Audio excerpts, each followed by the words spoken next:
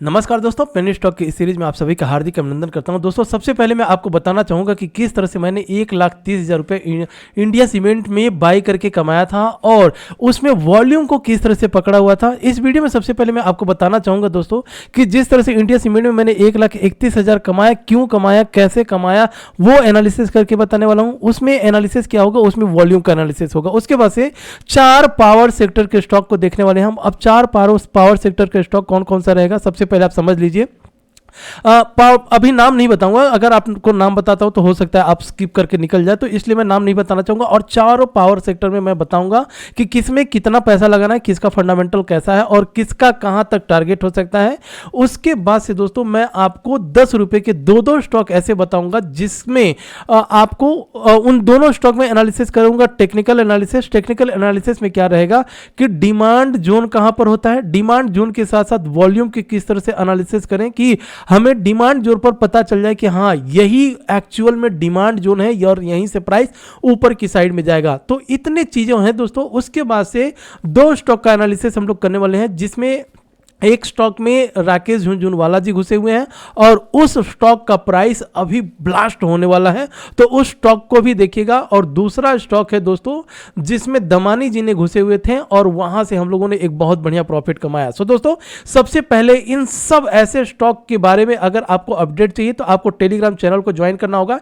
यहां पर मैंने ऑलरेडी डिस्क्रिप्शन बॉक्स में लिंक डाल करके रखा हुआ है और यहां पर आपको दिखा रहा हूं कि ये जो मेरा प्रॉफिट है 1,31,000 रुपए का दोस्तों, ये फ्राइडे के दिन हम लोगों ने अर्निंग किया था। वहीं पे जो BTST का कॉल दिया था स्प्रास, तो उसमें जबरदस्त ब्रेकआउट हुआ है और लोगों को प्रॉफिट हुआ है। सो दोस्तों, बिना देर के हुए सबसे पहले आप जो है टेलीग्राम चैनल को ज्वाइन कीजिए, उसके बाद से वीडियो को स्टार्ट करते हैं। सो आइए दोस्तों, अब एक काम करते हैं, 1 बाय 1 चारों स्टॉक के ऊपर चलेंगे। और सबसे पहला जो स्टॉक है वो है रतन पावर इंडिया। जी हाँ दोस्तों, रतन पावर इंडिया की बात करें तो क्या हमें, देखिए कमेंट बॉक्स में आप लोगों का बहुत सारे कमेंट्स आया था कि आप रतन पावर इंडिया के बारे में बताइए। उसके बाद से 3 और पावर सेक्टर के स्टॉक हैं, तो मैं बताऊंगा कि कहां पर किस तरह से स्ट्रैटेजी लगा करके बाई करना है। तो सबसे पहले हम लोग दोस्तों क्या करना है कि रतन पावर का एक बार फंडामेंटल देखेंगे, फटाफट चारों कंपनियों का फंडामेंटल देखेंगे, उसके बाद से डिसाइड करेंगे कि करना क्या है। सो दोस्तों, बिना स्किप किए हुए अगर आप इस वीडियो को देख लेते हैं,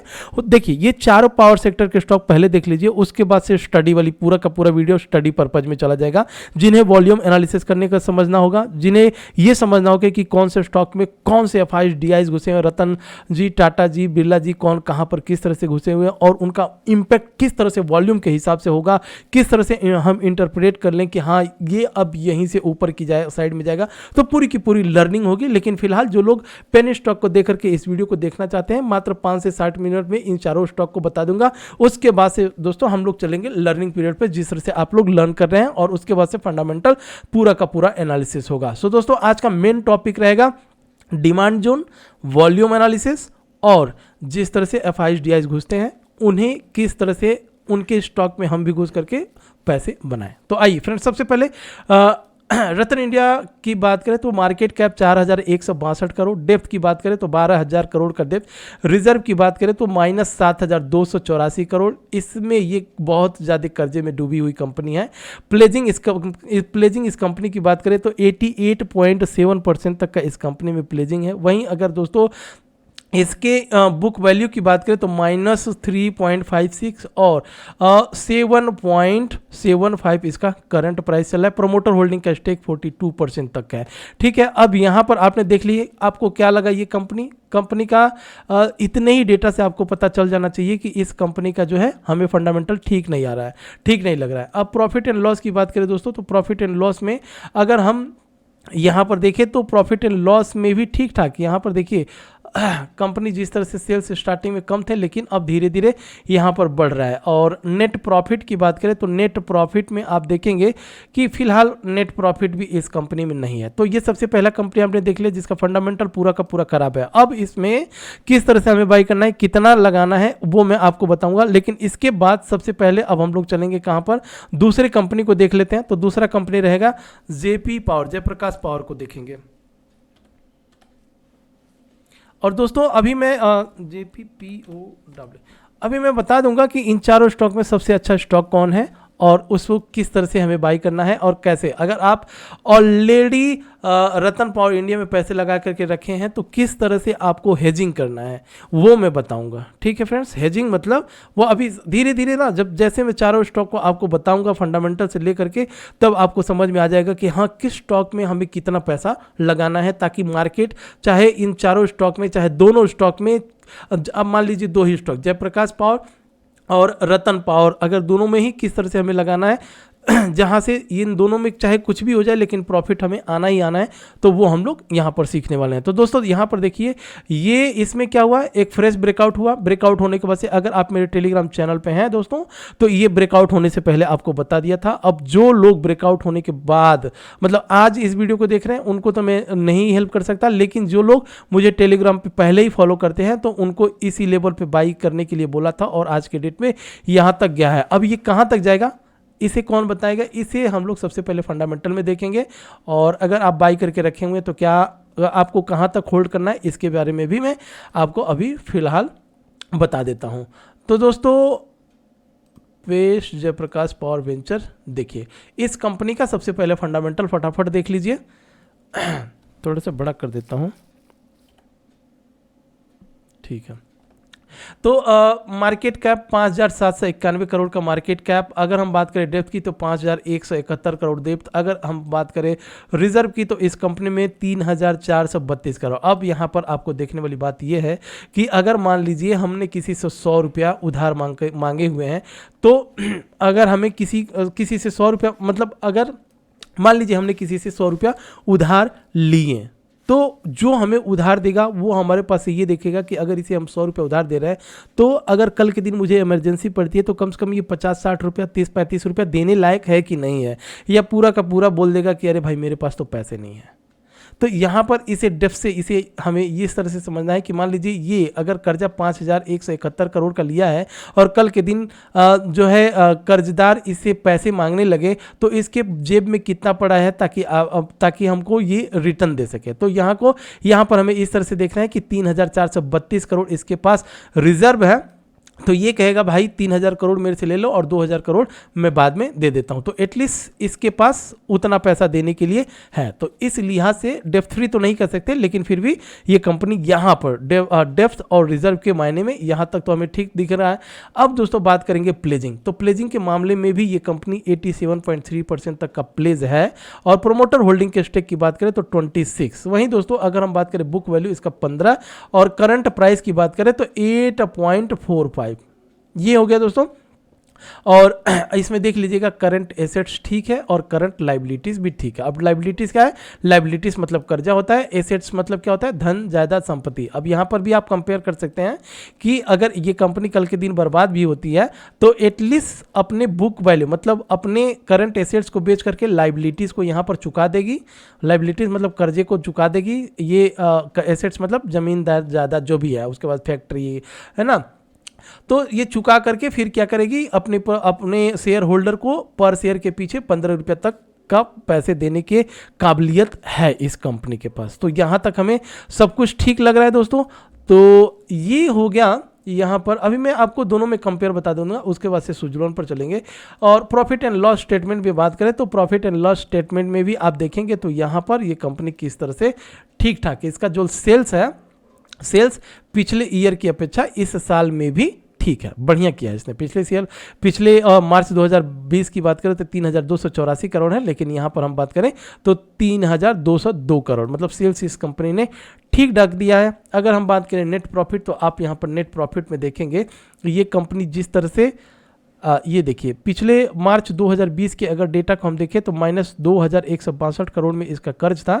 अब अगर 2021 के इस डेटा को आप उठा करके देखेंगे तो ये कंपनी किस तरह से 267 करोड़ के प्रॉफिट में ये आई है। तो यहाँ तक तो आपने समझ लिया।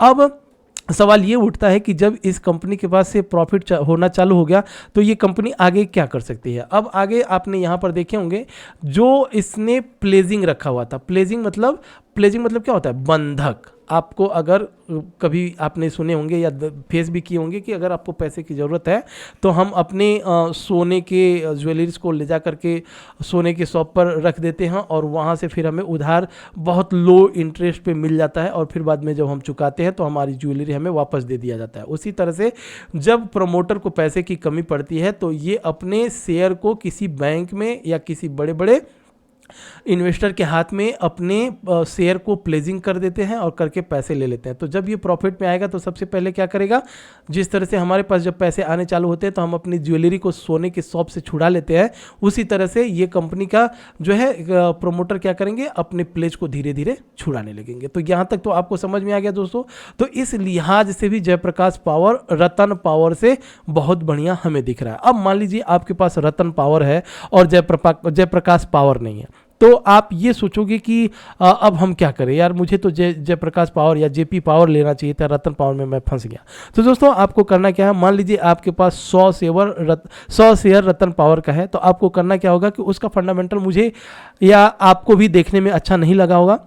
तो आपको क्या करना है, 100 शेयर में 25 शेयर या आधा आधा कर सकते हैं, मतलब उसके आधा शेयर मतलब 50 शेयर उसके बेच करके 50 शेयर जयप्रकाश पावर में भी डाल देने हैं, ताकि अगर कोई एक कंपनी खराब होती है और एक कंपनी भी ऊपर जाती है तो आप प्रॉफिट में एटलीस्ट लॉस में तो नहीं जाओगे, जब बहुत बड़ा लॉस नहीं होगा। तो ये इन दोनों कंपनी का हो गया दोस्तों। तो यहाँ पर आपको समझ में आ गया कि दोनों का कंपेरिजन आपके सामने करके बता दिया। अब हम चलते हैं सुजलॉन की तरफ, और सुजलॉन के बाद से एक ऐसा फंडामेंटल स्ट्रॉन्ग कंपनी, वो भी पावर सेक्टर से रिलेटेड है, जब उसके बारे में सुनेंगे दोस्तों तो दंग रह जाएंगे। तो दोस्तों अब तक मैं आपसे मतलब बोला नहीं कि एक बार लाइक कीजिए, सब्सक्राइब कीजिए, तो मैं आपसे रिक्वेस्ट करूंगा कि प्लीज़ अगर आपको कुछ भी अच्छा लगे या नॉलेज या जिस तरह से फंडामेंटल बताया जा रहा है और भी चीज़ें कुछ भी अगर आप अच्छा लगे दोस्तों, तो प्लीज़ आपसे रिक्वेस्ट करूंगा कि एक बार लाइक ठोंकिए, और लाइक के साथ साथ अगर आपने अभी तक चैनल को सब्सक्राइब नहीं किया तो सब्सक्राइब कीजिए, क्योंकि इसी तरह से मैं ऐसे फंडामेंटल से लेकर के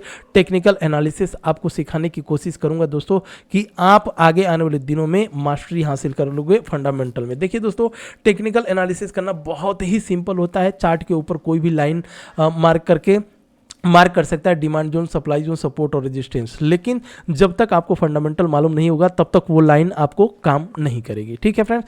तो अगर हम जयप्रकाश पावर की बात करें टारगेट की, तो यहाँ पर आप देखिएगा इसका बुक वैल्यू कितना है, 15 रुपया है, और इसका करंट प्राइस कितना चल रहा है, 8 रुपया 45 पैसा, मतलब अभी भी ये अपने बुक वैल्यू के पास तक नहीं पहुंचा है। तो सबसे पहले जो टारगेट आपको लगाना है, तो आप बुक वैल्यू के हिसाब से टारगेट लगा सकते हो। सबसे पहले टारगेट 15 रहेगा, और अगर ये अपने बुक वैल्यू से 1 गुना भी भागता है तो दूसरा टारगेट कितना होगा, 15 दूना 30 रुपया होगा। और पावर सेक्टर के स्टॉक आपको एक बार मैं बाद में आपको बता दूंगा कि कितना गुना तक भाग सकते हैं, और उसके बाद से फिर मैं मतलब आप मुझे फॉलो करते रहिए, मैं आपको सारी चीज़ें धीरे धीरे बता दूंगा। तो पहला हो गया, और हम रतन पावर का भी एक बार टारगेट देख लेते हैं, और जो लोग घुसे हैं उनको करना क्या है एक बार देख लेते हैं।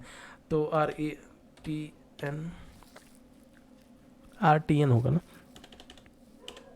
RTN, रतन पावर इंडिया। तो रतन पावर इंडिया का देखिए बुक वैल्यू यहाँ पर नहीं है, तो हमें करना क्या होगा, चार्ट पर ही आ जाते हैं।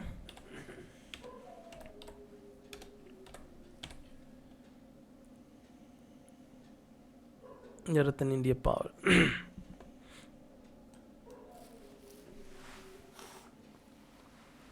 सर्दी बहुत ज़्यादा है दोस्तों, तो सर्दी भी हो चुकी है और दिन में मात्र एक ही वीडियो बना पाया इसी वजह से।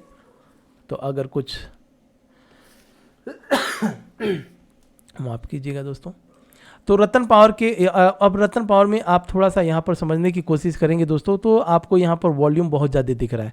अब इस वॉल्यूम के हिसाब से सबसे पहला जो प्राइस एक्शन की बात करें, तो प्राइस एक्शन हमारे पास कहाँ तक का निकल करके आता है, यहाँ पर हमें इस प्राइस पर आने के बाद से थोड़ा सा रिजेक्शन फेस करने के लिए मिल सकता है, और प्राइस होगा 9 रुपया 40 पैसा। फिलहाल 7 रुपया 75 पैसा चल रहा है, तो 9 रुपया 40 पैसे पर एक आपको रिजेक्शन देखिए किस तरह से यहाँ पर प्राइस सेक्शन आपको दिख रहा होगा।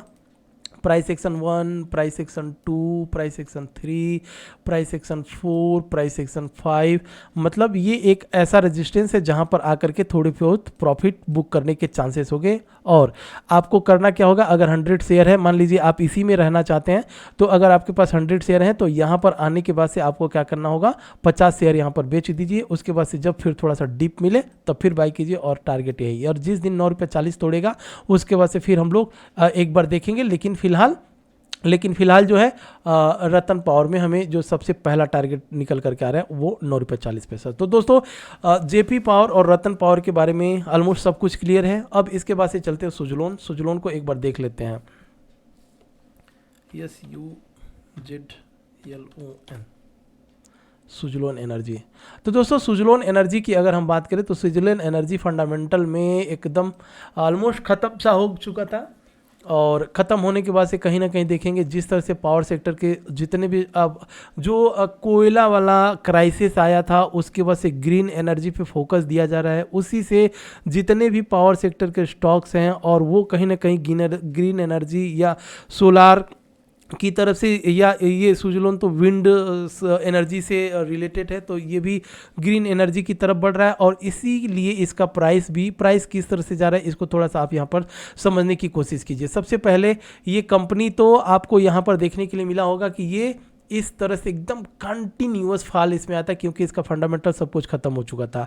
अब दोस्तों यहाँ पर अगर आप ध्यान से देखेंगे तो ये एक हाई बना, हायर लो हायर हाई, मतलब प्रीवियस हाई को यहाँ पर ब्रेक किया, उसके बाद से फिर एक हायर लो बनाया, तो प्रीवियस लो को यहाँ पर ब्रेक नहीं किया, रिस्पेक्ट किया, फिर ऊपर जब गया तो इस हायर हाई को तोड़ा, उसके बाद से फिर प्रीवियस लो बनाया, तो इस लो को नहीं तोड़ा दोस्तों, उसके बाद से फिर यहाँ पर कंसोलिडेट किया।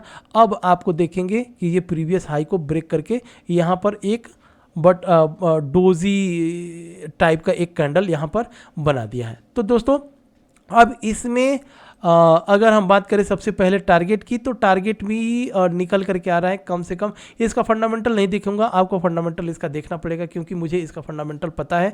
और फंडामेंटल के हिसाब से पूरा का पूरा बैंकरप्टेड हो चुका था। अब जिस तरह से क्रांति आ रही है, और यहाँ पर देखिएगा दोस्तों, अभी फ़िलहाल अगर आप फ्रेश बाइंग करना चाहते हैं तो थोड़ा सा आपको वेट करना चाहिए, है ना। और वेट कहाँ पर करना चाहिए, एटलीस्ट इस प्राइस को ब्रेक करे। कौन सा प्राइस, हाँ, तो 10 रुपये 65 पैसे के प्राइस को एटलीस्ट ये ब्रेक करे, क्योंकि जिस तरह से यहाँ पर ये रेड वाली वॉल्यूम बनी है उसके बाद से नीचे आया, फिर ये ऊपर जाने की कोशिश कर रहा है। तो 10 रुपये 65 पैसा जब तोड़ेगा तो फिर नेक्स्ट टारगेट 13 रुपये 15 पैसा होगा। और आप ये मत समझिए कि अब इसमें स्ट्रैटेजी, मान लीजिए आप भी कहीं किसी के मुंह से सुने होंगे सुजलोन आगे बनकर आगे होगा मल्टी बैगर स्टॉक। चलिए मान लेते हैं मल्टी बैगर स्टॉक होगा, लेकिन हमें अपने पैसों को बहुत संभाल करके इन्वेस्ट करना है किसी भी स्टॉक में। मान लीजिए हमने यहाँ पर जैसे ब्रेक हुआ और 100 शेयर बाई किए, 100 शेयर बाई करने के बाद से 13 रुपये पर जब आएगा तो हमें क्या करना है, 100 शेयर को अगर हमने बाई किया, मान लीजिए एक मोटा मोटी एग्जांपल लेते हैं, 1300 रुपये में हमें मिल गया सपोज।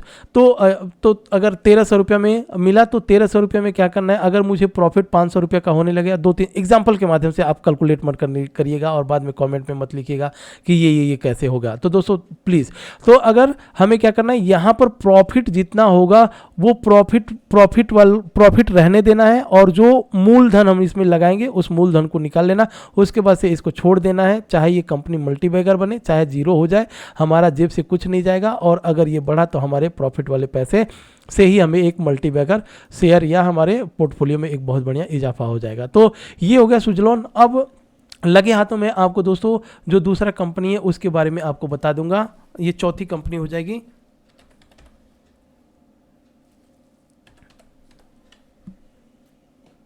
अगर दोस्तों आप टाटा पावर के बारे में जानते हैं तब तो ठीक है, अगर आप टाटा पावर के बारे में नहीं जानते हैं तो मैं आपको ब्रीफ में बताना चाहूँगा कि जितने भी इलेक्ट्रिकल व्हीकल बन रहे हैं दोस्तों, तो इलेक्ट्रिकल व्हीकल में जितने भी चार्जिंग स्टेशन बनाए जाएंगे, उन चार्जिंग स्टेशन में कहीं ना कहीं टाटा पावर को जो है एक्वायर कर रहा है, और टाटा पावर हर जगह अपना चार्जिंग स्टेशन बना रहा है। तो आगे आने वाले दिनों में टाटा पावर और उसके बाद से इसने जो है ग्रीन एनर्जी पर भी इसने अपना फोकस किया हुआ है। तो सबसे बड़ा एडवांटेज टाटा पावर को आने वाले दिनों में होगा। और अगर आप पीछे के तीनों स्टॉक को अगर आप बाई नहीं करना चाहते हैं एज ए पेनी स्टॉक, या आपको डर लग रहा है, तो आप तीनों को छोड़ करके कुछ शेयर आप जो है टाटा पावर के अपने पास रख सकते हैं और इसको लॉन्ग टर्म के लिए। ये आगे आने वाले दिनों में मल्टी बैगर होगा। जिस दिन ये आपको रेजिस्टेंस जो दिख रहा है ब्रेक करेगा, तो ब्रेक करने के बाद से एक मोमेंटम आपको अच्छा खासा देखने के लिए मिलेगा। तो ये टाटा पावर हो गया दोस्तों। अब टाटा पावर में हमने ये देखा कि पीछे हम लोगों ने सुजलॉन, जेपी पावर, रतन पावर को देखा। अगर हमने डिसाइड किया कि इन तीनों में से किसी भी स्टॉक को बाई करना है, तो at least JP power, Jayprakash power का फंडामेंटल ठीक लगा, रतन पावर का थोड़ा ख़राब लगा, और उसके बाद से सुजलॉन का पूरा ख़राब है। लेकिन अब जिस तरह से थोड़ा ऊपर भाग रहा है, तो किस तरह से करना है कि अगर हमें जेपी पावर में बाई करना है और 100 रुपया लगाना है, तो 100 रुपये में 50 रुपया जेपी पावर का होगा और 25 कितने में होगा, सुजलॉन और रतन पावर में होगा। अगर टाटा पावर को भी आप जोड़ दो और 100 रुपया लगाना है, तो 50 रुपया टाटा पावर में लगेगा और 25 रुपये में हम तीनों में आप देख सकते हैं किस तरह से लगा सकते हैं। आपको जयप्रकाश पावर में एटलीस्ट 30 रुपया और 10 रुपये में इन दोनों को, सुजलॉन और रतन पावर में आप इस तरह से स्ट्रैटेजी लगा सकते हैं। दोस्तों यहाँ तक तो 4 स्टॉक हो गया। अब फ्रेंड्स होगी लर्निंग। अब लर्निंग की अगर हम बात करें, तो मैंने आपको बोला था कि एक स्टॉक था। सबसे पहले मैं दमानी जी के स्टॉक को आपको दिखाना चाहूँगा और उसके बाद से फिर हम लोग आगे बढ़ेंगे। तो यहाँ पर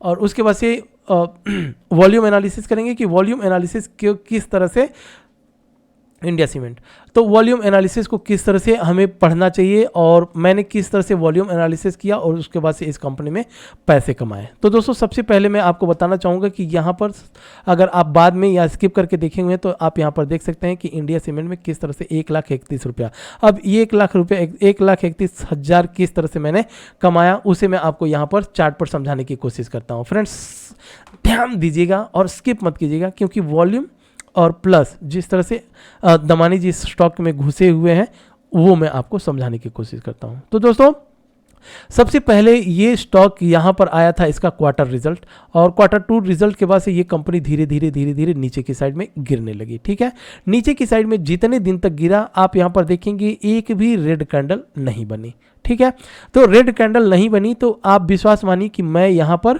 कुछ शेयर मतलब 1000 शेयर बाई करके रखा हुआ था कि मुझे लगा कि इसका क्वार्टर रिजल्ट बहुत तगड़ा आएगा और यहीं से मुझे प्रॉफिट मिल जाएगा। तो मैंने 1000 शेयर बाई करके रखा हुआ था।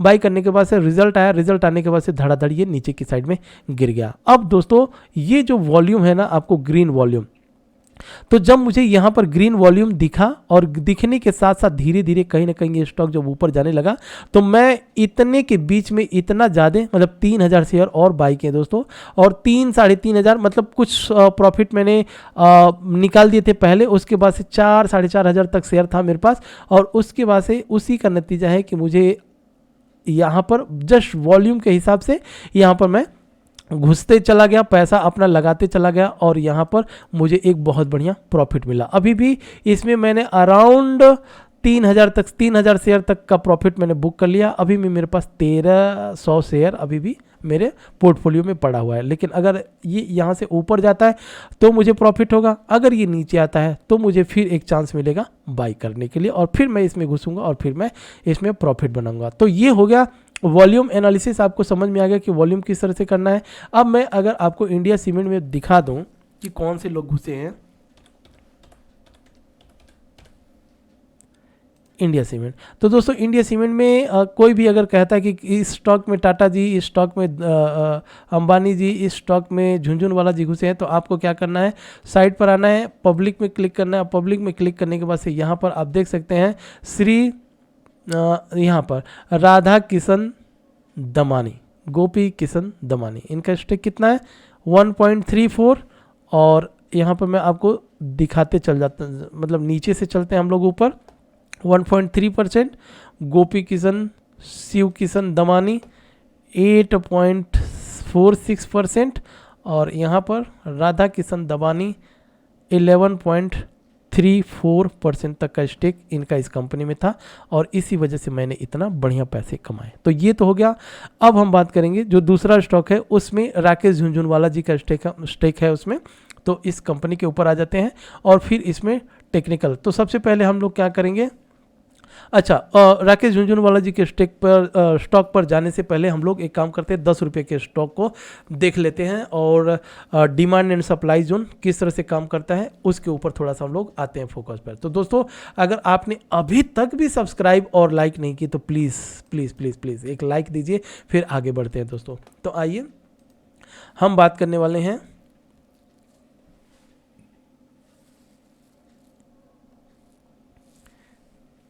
EVEXI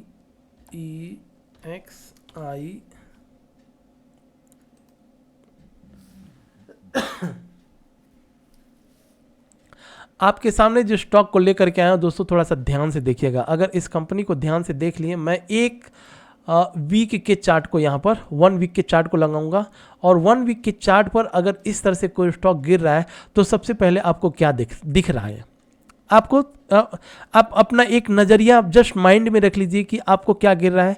या तो आपको ये गिरता हुआ स्टॉक दिख रहा होगा या तो आपको ये बढ़ता हुआ वॉल्यूम दिख रहा होगा। तो अपने माइंड को थोड़ा सा पूछिए या आप अपने आप से पूछिए या मुझे या अपने माइंड में ही जवाब दीजिए कि जब ये स्टॉक को मैंने यहाँ पर दिखाया तो आपको सबसे पहले क्या दिखा, गिरता हुआ स्टॉक दिखा या ये बढ़ता हुआ वॉल्यूम दिखा।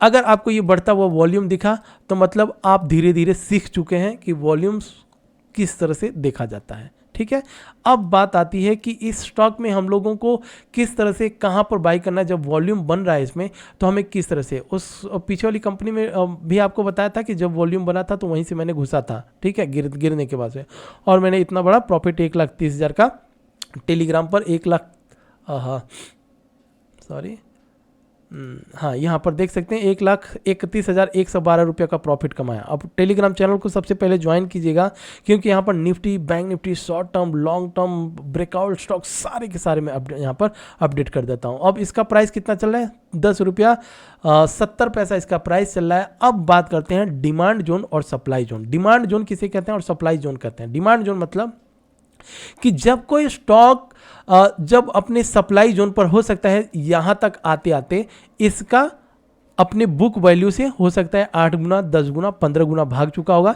इसलिए यहां पर प्रॉफिट बुकिंग चालू हुआ और नीचे की साइड में आ गया। अब डिमांड जोन मतलब जब वो अपने फेयर वैल्यू के पास आ जाए, बुक वैल्यू के अगल बगल में आ जाए, तब आता है इन्वेस्टरों का इस स्टॉक के ऊपर नज़र और फिर वो लोग घुसते हैं इस तरह से वॉल्यूम के साथ और ऊपर लेकर के जाते हैं। तो ये हो गया। लेकिन डिमांड जोन अगर आपको चार्ट पर देखना हो तो चार्ट पर किस तरह से देखेंगे, सबसे पहले मैं आपको कुछ चीज़ें दिखा रहा हूं, ध्यान से समझने की कोशिश कीजिए। सबसे पहले अगर ये स्टॉक ऊपर से गिर रहा था तो आपको एक डिमांड जोन यहां पर दिखेगा। ठीक है, ये हो गया डिमांड जोन। और दूसरा डिमांड जोन की अगर बात करें तो अगर वो ऊपर जा रहा है तो एक सपोर्ट आपको यहां पर देखने के लिए मिलेगा। ध्यान से समझिएगा और क्यों मिलेगा, ये एक डिमांड जोन था, दूसरा ये एक डिमांड जोन था, मतलब यहाँ पर। लेकिन क्या हमें यहाँ पर बाई, अब मान लीजिए ऊपर से नीचे गिर रहा है तो क्या हमें यहाँ पर बाई करना चाहिए? जब यहाँ पर वॉल्यूम ही नहीं है तो बाई क्यों करना है? यहाँ पर अपने दूसरे डिमांड जोन पर आया तो क्या यहाँ पर वॉल्यूम बना? वॉल्यूम बना ही नहीं। अब दोस्तों तीसरा डिमांड जोन कहाँ पर है? ये है, ये है, ये है। अब इस डिमांड जोन पर अगर आया तो क्या वॉल्यूम बना? दिख रहा है आपको वॉल्यूम? ये होता है असली डिमांड जोन। तो आप आज के बाद से कभी भी डिमांड जोन और सप्लाई जोन पर घुसेंगे तो सबसे पहले वॉल्यूम का एनालिसिस करना सीखेंगे। अब मैं अगर आपको यहाँ से एक डिमांड जोन इस तरह से लगाऊं, और डिमांड जोन कभी भी एक प्राइस पर नहीं लगता है दोस्तों।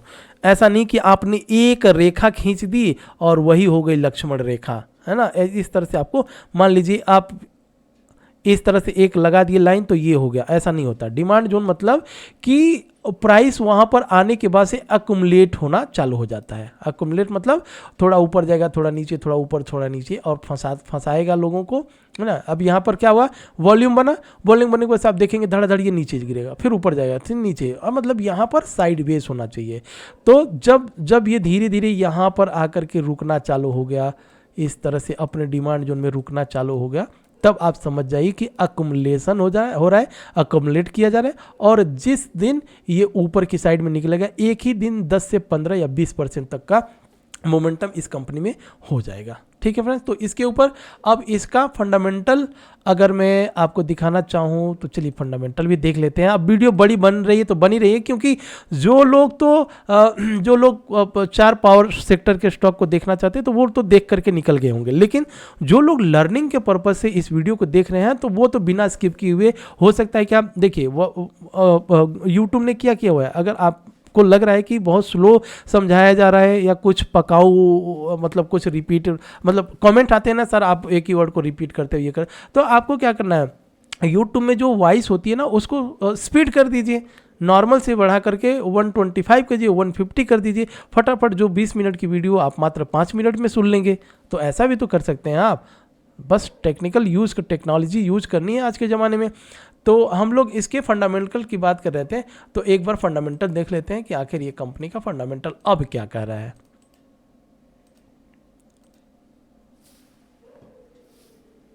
तो दोस्तों एबिक्सिया लाइफ केयर की अगर हम बात करें यहाँ पर, तो सबसे पहले आप मार्केट कैप 331 करोड़ का आपको सामने दिख रहा है। डेप्थ की बात करें तो मात्र 8.47 करोड़, रिजर्व की बात करें तो 18.4 करोड़। एज अ डेप्थ फ्री कंपनी इसे हम लोग कंसीडर कर सकते हैं।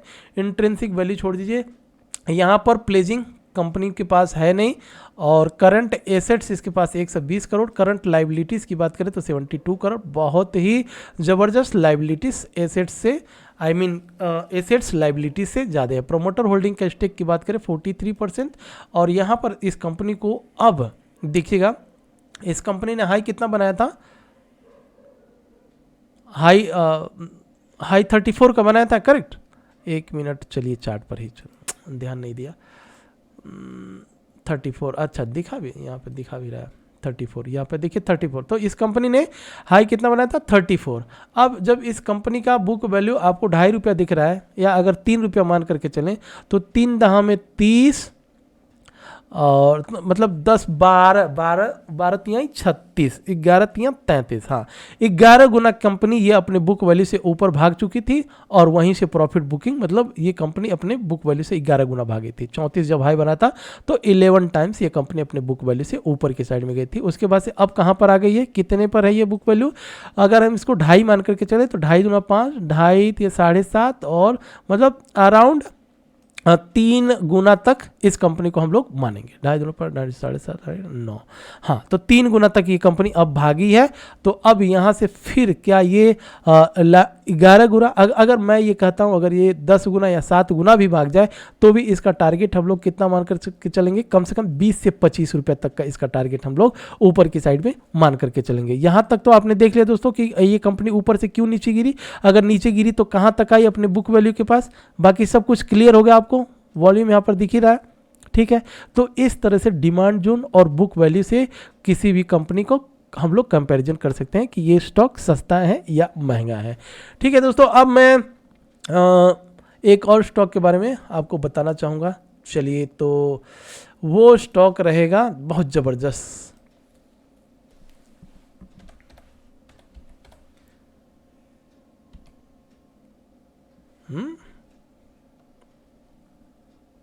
एक मिनट दीजिएगा।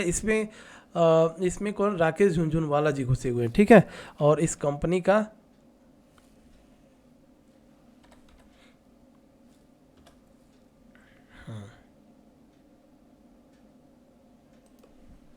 देखिए दोस्तों, इस कंपनी का नाम क्या है, डेल्टा कॉरपोरेशन। अब डेल्टा कॉरपोरेशन की बात करें तो यहां पर आपको देखने से पहले सबसे पहले कहां पर देखना है, एक मिनट देखते हैं। डेल्टा कॉपी, इस कंपनी में सबसे पहले देखेंगे कि राकेश झुनझुनवाला जी हैं कि नहीं है। ठीक है, इन्वेस्टर वाले कॉलम पर आएंगे और पब्लिक में जाएंगे, तो सबसे पहले अब जो भी कोई भी बोलता होगा कि इसमें कौन कौन से घुसे हैं, तो आपको क्या करना है, यहाँ पर नाम देखना है। देखिए, झुनझुनवाला, राकेश राधेश्याम, झुनझुनवाला, रेखा राकेश उनकी मिसेस, और मुकुल महावीर अग्रवाल, और राधा किशन दमानी जी का स्टेक था, लेकिन अब वो यहाँ से निकल चुके हैं, उनका स्टेक यहाँ पर नहीं है। आदित्य बिरला सन लाइफ भी नहीं है, ओम साथ। तो सबसे ज़्यादा स्टेक इस कंपनी में किसके पास है? हाँ, राकेश झुनझुनवाला जी के पास है। अब आ गया समझ में दोस्तों। अब इस कंपनी को यहाँ पर बुक वैल्यू से हिसाब से अगर देखें तो बुक वैल्यू के हिसाब से एनालिसिस स्टॉक ट्रेडिंग इट्स हाँ 3.89 तक ये कंपनी बुक वैल्यू के हिसाब से अभी 3-3.5 मोटा मोटी अगर हम मान करके चले तो यहाँ पर 4 गुना ये कंपनी भागी है। Company is almost depth free, यहाँ पर देख लिया आपने। अब इसको हम लोग चार्ट के ऊपर समझने की कोशिश करते हैं कि चार्ट हमें क्या कह रहा है। तो दोस्तों अगर हम इसे वन डे के चार्ट पैटर्न पर लेकर के आऊं, इस तरह से वन डे के चार्ट पैटर्न पे, तो हमें ये दिख रहा है, यहां पर देखिएगा। अब हमें ये दिख रहा है दोस्तों कि जो इसमें धीरे धीरे ये जो छोटा वाला करेक्शन था, अगर मैं इसको ट्रेंड लाइन इस तरह से लगाऊं, ट्रेंड लाइन अगर मैं यहां पर इस तरह से लगाता हूं और एक सपोर्ट अगर मैं यहाँ पर लगा लूँ इस तरह से, चलिए इस तरह से एक, या अगर हम इस तरह से एक सपोर्ट यहाँ पर लगाएं तो इस सपोर्ट तक आना चाहिए था, इस सपोर्ट तक नहीं आया और कहीं ना कहीं यहाँ से डबल बॉटम बनाया है ना। अगर लेटेस्ट डेटा की बात करें तो यहाँ पर ये एक प्राइस सेक्शन था, दूसरा प्राइस सेक्शन यहाँ पर था और ये एक हाई बना था और यहाँ पर एक लो बना करके कहीं ना कहीं साइडवेज हुआ और यहाँ से अब निकला है। तो इस कंपनी का सबसे पहला टारगेट अगर हम देखें तो कहाँ तक का टारगेट हमें दिख रहा है? सबसे पहला जो टारगेट हमें दिख रहा है वो ऑलमोस्ट लगा लेते हैं, और टारगेट ना आंख बंद करके टारगेट नहीं लगाया जाता, पर प्राइस सेक्शन के हिसाब से टारगेट लगाइए, है ना, तभी प्रॉफिट होगा। देखिए दोस्तों इस मार्केट में प्रॉफिट को लेकर के बाहर आना वो एक बहुत बड़ा कला है। बाकी जो साइंस होती है ना, मार्केट आपको सिखा देती है प्रॉफिट कब लेना है, कैसे लेना है, ये एक बहुत बड़ा कला है। तो आपने यहाँ पर डेल्टा कॉर्प के बारे में देख लिया दोस्तों, दमानी जी कौन से स्टॉक में घुसे हुए थे, किस तरह से हम लोगों ने 1,30,000 प्रॉफिट किया, उस स्टॉक को देख लिया हम लोगों ने। उसके बाद से 10 रुपये के स्टॉक में कितना ज़बरदस्त डिमांड सप्लाई जोन आया है, फंडामेंटल कितना तगड़ा है, ये सारा कुछ हम लोगों ने देख लिया दोस्तों। उसके बाद से फंडामेंटल किस तरह से देखा जाता है सारा कुछ बता दिया, पावर सेक्टर के 4 स्टॉक का कंपैरिजन करके बता दिया। तो इस वीडियो को एक बार कमेंट में ज़रूर लिखिएगा कि आपको कैसा लगा दोस्तों। तो इसी के साथ विदा लेता हूं और चलते चलते आपसे रिक्वेस्ट करूंगा कि एक बार आप जो है टेलीग्राम चैनल को ज्वाइन करिए, जरूर कीजिएगा। जय हिंद फ्रेंड्स, मिलते हैं नेक्स्ट वीडियो में नेक्स्ट मल्टीबैगर स्टॉक्स के साथ।